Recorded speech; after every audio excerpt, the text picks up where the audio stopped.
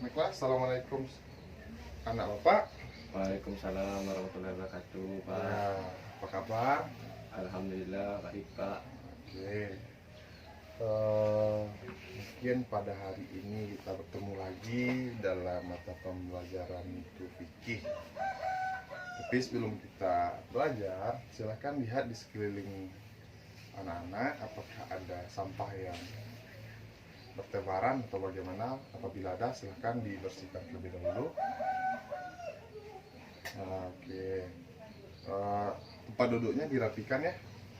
Oke, baik. Sebelum kita memulai, alangkah baiknya kita berdoa terlebih dahulu. Semoga apa yang kita lakukan ini menjadi ibadah dan dilancarkan oleh Allah Subhanahu wa Ta'ala.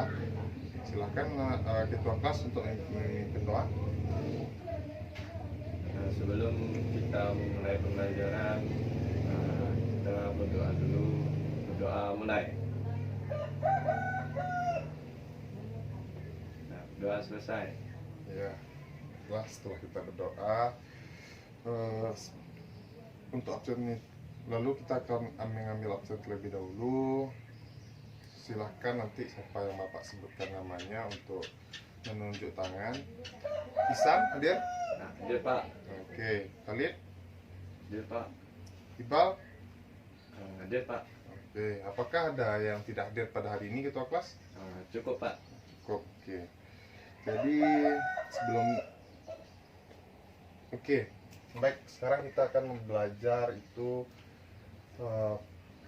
pembelajaran fikih, materi fikih ya, seperti itu. Jadi kita tentang fikih.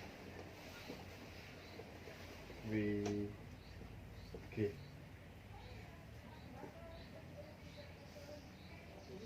Maaf ya. Nah, ya maklumlah papan tulis kita sudah lama digunakan. Cuma sebelum kita masuk pada pembelajaran fikih atau materi fikih nantinya, kita akan mencoba mereview pembelajaran sebelumnya itu tentang taubat. Masih ingatkah pembelajaran minggu lalu? Masih, Pak. Ya, silahkan. Apakah itu taubat? Taubat adalah menyesali perbuatan yang telah dilakukan dan berjanji untuk tidak melakukannya lagi, gitu, Pak. Ya, sudah betul itu. Jadi Bapak juga akan mencoba menjelaskan ulang. Jadi taubat itu menyesali perbuatan yang telah berlalu, yang ternyata itu adalah perbuatan yang salah atau menimbulkan dosa. Dan setelah kita menyadarinya dan kita mencoba untuk tidak melakukannya lagi, dan kita melakukan hal-hal yang akan mendapatkan pahala seperti itu. Jadi bertolak belakang dan memang dengan niat yang sungguh-sungguh, tidak suatu candaan atau bagaimana seperti itu. Baik, selanjutnya kita akan mencoba masuk pada materi itu adalah penyembelihan dan kurban.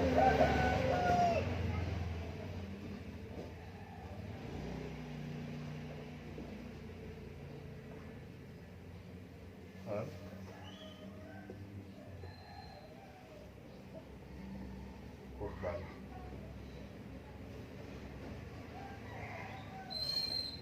Jadi dalam materi kita pada hari ini ada dua bahasan, yaitu tentang penyembelihan binatang. Kira-kira anak-anak sekalian tahu tentang penyembelihan? Kalau tahu silahkan dikeluarkan pendapatnya. Saya, Pak. Ya, silakan. Penyembelihan itu menurut saya adalah memotong hewan dengan syariat Islam, Pak. Ya, sudah bisa dikatakan benar. Jadi Bapak coba mengulang lagi itu, penyembelihan itu dalam istilah fikih disebut dengan az-zakah, yang bermakna baik atau suci. Digunakan istilah az-zakah untuk penyembelihan karena dengan menyembelih yang sesuai dengan syariat Islam akan menyebabkan hewan itu baik, suci, dan halal untuk dimakan. Seperti itu. Jadi apabila tidak menggunakan syariat Islam, itu bisa menjadi haram untuk dimakan atau tidak baik atau tidak suci lagi. Dan hewan yang halal dimakan itu dan haram yang dimakan itu tidak boleh di bolak-balik seperti itu. Yang halal itu memang yang halal dan haram itu yang haram seperti itu. Dan ada dalil yang menjelaskan itu di dalam Quran surat Al-Maidah ayat 3 yang artinya atau ayatnya silahkan ketua kelas untuk membantu. Saya Pak. Ya, silakan.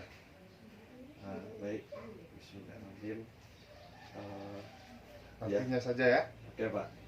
Diharamkan bagimu memakan bangkai, darah, daging babi, dan daging hewan yang disembelih bukan atas nama Allah, yang tercekik, yang dipukul, yang jatuh, yang ditanduk, dan yang diterkam binatang buas, kecuali yang sempat kamu sembelih.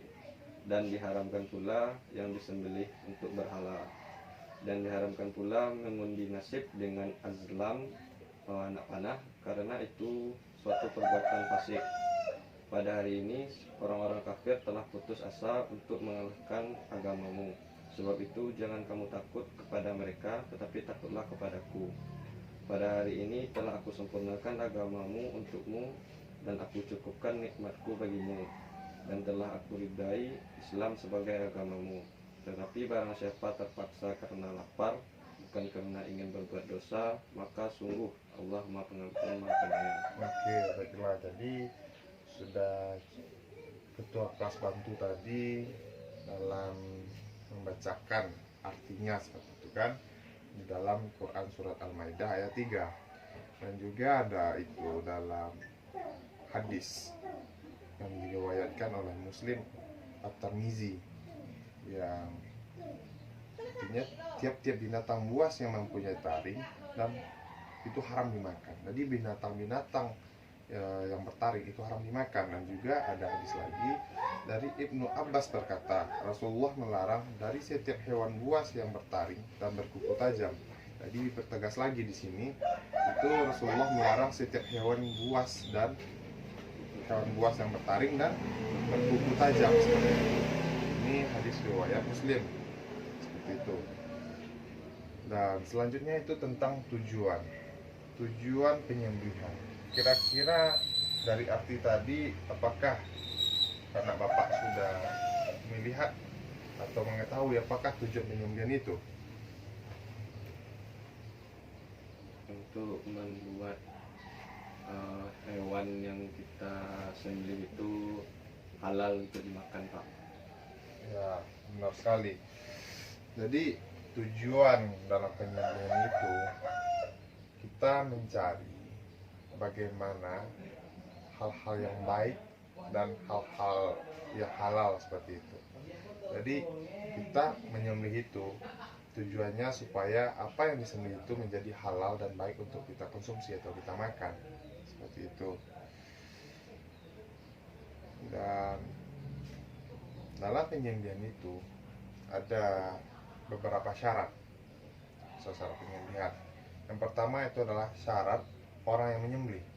Dari syarat orang yang bisa dalam penyembelihan ini di dalam kitab Bidayatul Mujtahid karya Ibnu Rashid disebutkan bahwa ada orang yang boleh menyembelih itu ada 5 syarat. Yang pertama itu dia Islam, yang kedua laki-laki, yang ketiga baligh, yang keempat berakal sehat, yang kelima tidak menyia-nyiakan sholat.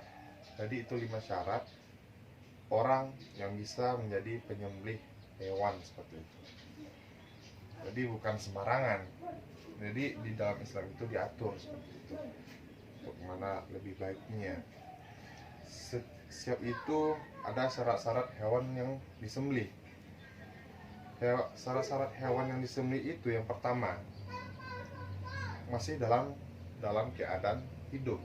Jadi kalau dia hidup dia bisa disembelih, tapi kalau dia udah mati ya nggak mungkin disembelih lagi atau apa seperti itu lah kan.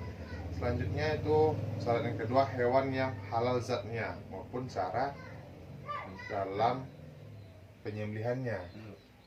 Jadi zatnya itu halal dan cara penyembelihannya itu halal gitu, baik dan baik. Selanjutnya itu adalah syarat dalam menyembelih hewan. Rasulullah bersabda, barang siapa saja yang dapat mengalirkan darah dari kuku, tulang, atau dalam kurungnya itu gigi, tulang itu bisa dikatakan gigi juga, adalah boleh untuk menyembelih. Para ulama menyimpulkan alat untuk menyembelih hewan, yang pertama alat-alat yang tajam, yang kedua itu terbuat dari besi, baja, bambu, batu, dan yang lainnya selain yang tadi kuku dan tulang atau gigi tadi. Jadi kuku, tulang atau gigi tadi itu nggak boleh untuk alat dalam penyembelihan seperti itu. Apakah bisa memahami dari awal tadi? Bisa Pak. Nah, kita lanjutkan. Itu selanjutnya tentang sunnah penyembelihan hewan. Di sini ada 5 poin. Yang pertama itu menghadapkan hewan ke arah kiblat. Jadi sebelum kita menyembelih, kita hadapkanlah hewan itu ke arah kiblat seperti itu. Bisa mencoba membayangkan? Bisa Pak. Supaya lebih mengerti. Oke. Setelah itu meniatkan semata-mata karena Allah. Jadi apapun itu yang kita lakukan bukan hanya karena ibadah saja, tapi juga tentang penyembelihan ini.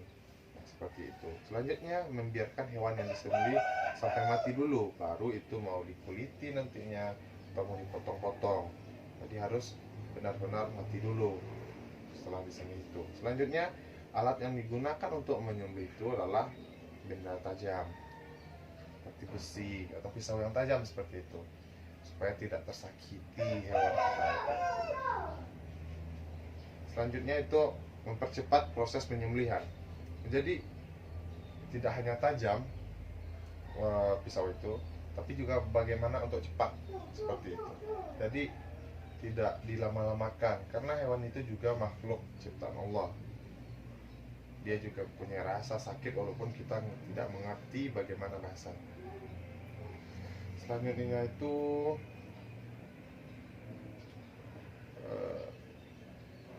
kita langsung masuk kepada kurban. Dalam kurban ini kan tentang penyembelihan kan?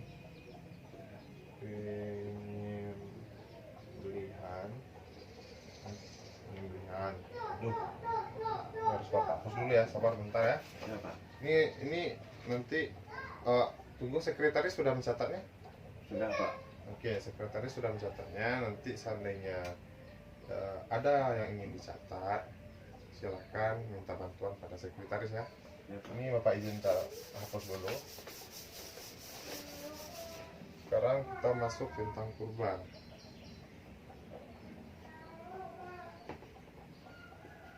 Kurban.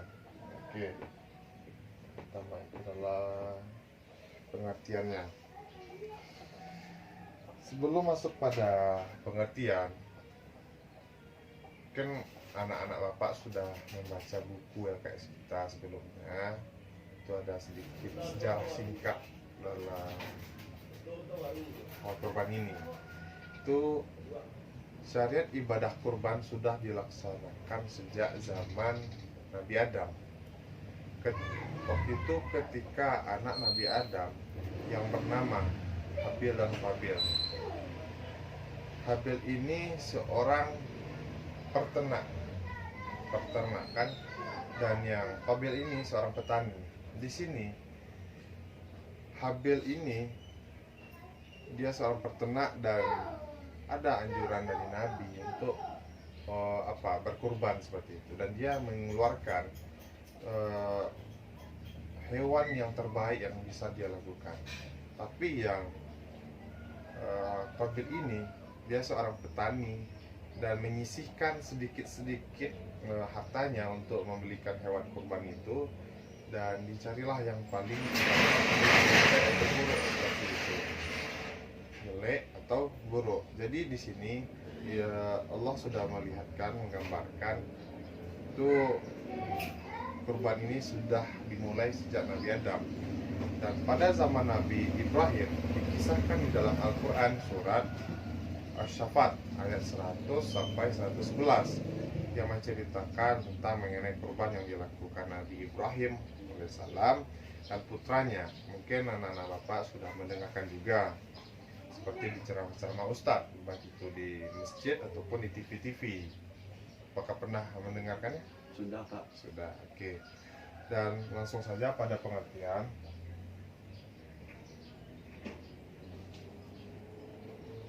Pengertian. Kata kurban berasal dari bahasa Arab qaruba yaqrubu kurban. Qaruba yaqrubu kurban. Oke. Sudah mendengarkan kan?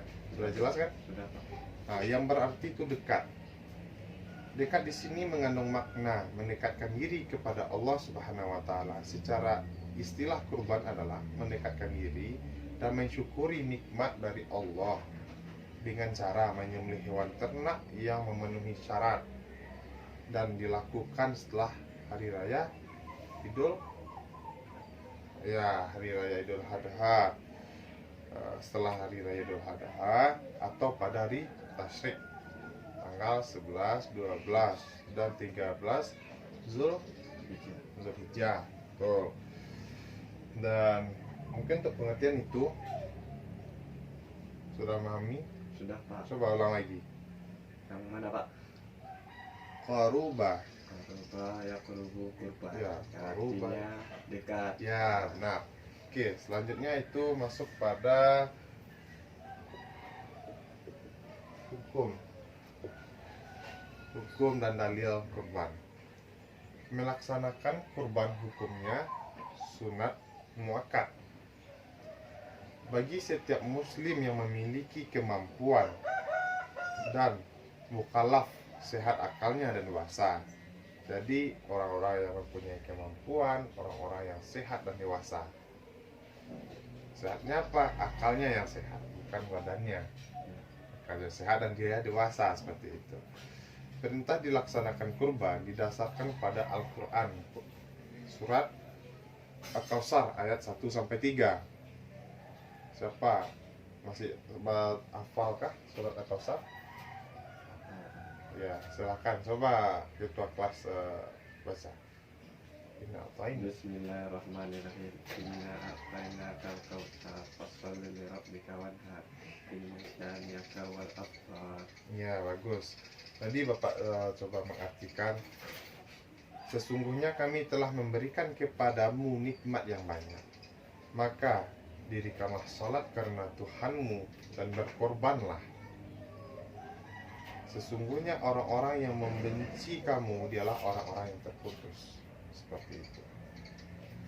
Adapun hadis itu hadis riwayat Daruqutni. Rasulullah Shallallahu Alaihi Wasallam telah bersabda, "Aku perintahkan menyembelih kurban dan kurban itu sunnah bagimu." Seperti itu. Dan ada dalil dan hadis-hadis pendukung lainnya. Silahkan nanti kita cari seperti itu. Selanjutnya itu sejarah singkat perintah kurban. Mungkin di sini tentang sejarah tadi sudah kita bahas sebelum masuk pada pengertian. Jadi sejarahnya itu adalah ketika Nabi Ibrahim dan anaknya Nabi Ismail. Ketika itu Nabi Ibrahim itu bermimpi menyembelih Nabi Ismail. Dan di sana setelah terbangun Nabi Ibrahim, dia menceritakan kepada anaknya Nabi Ismail. Dan bagaimana tanggapan anaknya? Kalau memang itu baik dan itu karena Tuhan dan dia punya buktinya seperti itu. Mungkin sudah dibilang tadi apa Al-Quran surat berapanya tadi, silahkan ingat-ingat lagi. Selanjutnya itu adalah pemanfaatan daging kurban.